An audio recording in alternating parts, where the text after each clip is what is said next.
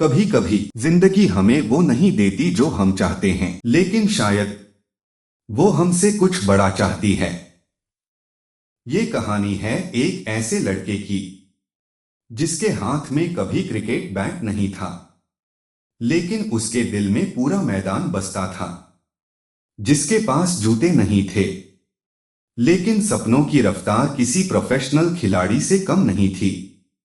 और सबसे दर्दनाक बात, वो खुद कभी क्रिकेटर नहीं बन पाया, लेकिन उसके बिना कई क्रिकेटरों की कहानी अधूरी रह जाती। ये कहानी है राहुल की। राहुल एक छोटे से शहर की तंग गलियों में रहने वाला लड़का। टूटी छत, कच्ची दीवारें और घर में बस दो लोग, वो और उसकी माँ। पिता वो तो सालों पहले ही छोड़कर चले गए थे। ना कोई खबर, ना कोई जिम्मेदारी। माँ हमेशा बीमार रहती थी, कमजोरी, बुखार, और आंखों में सिर्फ एक डर, मेरे बाद राहुल का क्या होगा। राहुल बचपन से ही समझदार बन गया था, क्योंकि उसे बचपन जीने का मौका ही नहीं मिला। गली के कोने पर जब बच्चे क्रिकेट खेलते, तो राहुल दूर खड़ा होकर बस उन्हें देखता रहता। कभी कभी कोई उसे खेलने के लिए बुला लेता, और जब राहुल बैट पकड़ता तो जैसे कोई और ही दुनिया में चला जाता। गेंद चाहे कितनी भी तेज आए, उसका शॉट सीधा बाउंड्री के पार जाता। सब कहते ये लड़का बड़ा खिलाड़ी बनेगा, लेकिन सपने देखने के लिए भी पैसे चाहिए होते हैं। ना उसके पास बैट था, ना जूते, ना कोचिंग, बस एक जुनून था और खाली हाथ। एक दिन मां की तबीयत अचानक बहुत खराब हो गई। डॉक्टर ने कहा अच्छा खाना और दवा जरूरी है, नहीं तो हालत बिगड़ सकती है। राहुल के पास पैसे नहीं थे। उस रात उसने पहली बार अपने सपनों को साइड में रख दिया। अगले ही दिन उसने काम ढूंढना शुरू किया, और फिर वो बन गया कचरा उठाने वाला लड़का। सुबह 5 बजे उठना, गलियों से कचरा उठाना, गंदगी, बदबू और लोगों की तिरस्कार भरी नजरें।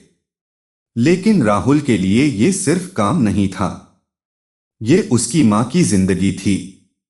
दिन भर काम करने के बाद शाम को वो फिर भी मैदान के पास जाता। दूर बैठकर बच्चों को खेलते देखता। कभी कभी अपनी झोली से एक पुरानी टेनिस बॉल निकालता और अकेले ही प्रैक्टिस करता। एक दिन शहर में क्रिकेट ट्रायल होने वाले थे।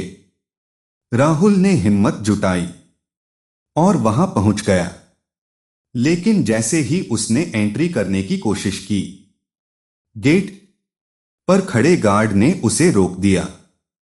ये कोई खेलने की जगह नहीं है, पहले अपने कपड़े देख। राहुल चुप रहा। उसने पहली बार महसूस किया कि टैलेंट से पहले हालत देखी जाती है।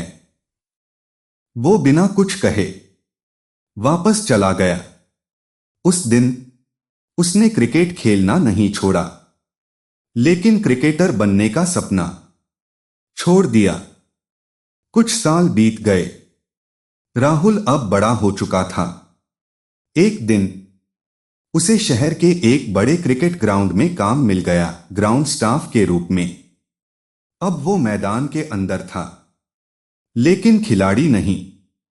वो पिच तैयार करता, घास काटता, पानी डालता, और जब मैच चलता तो दूर खड़े होकर खिलाड़ियों को देखता।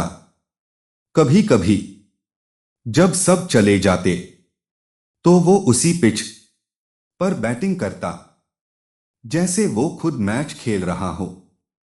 वक्त बीतता गया। राहुल ने पैसे बचाने शुरू किए, छोटे छोटे, लेकिन लगातार। उसने एक सपना फिर से देखा, लेकिन इस बार अपने लिए नहीं। कई सालों की मेहनत के बाद राहुल ने एक छोटा सा क्रिकेट कोचिंग सेंटर खोला। ना बड़ी बिल्डिंग, ना महंगे इक्विपमेंट, लेकिन वहां एक चीज थी, सच्चा जुनून।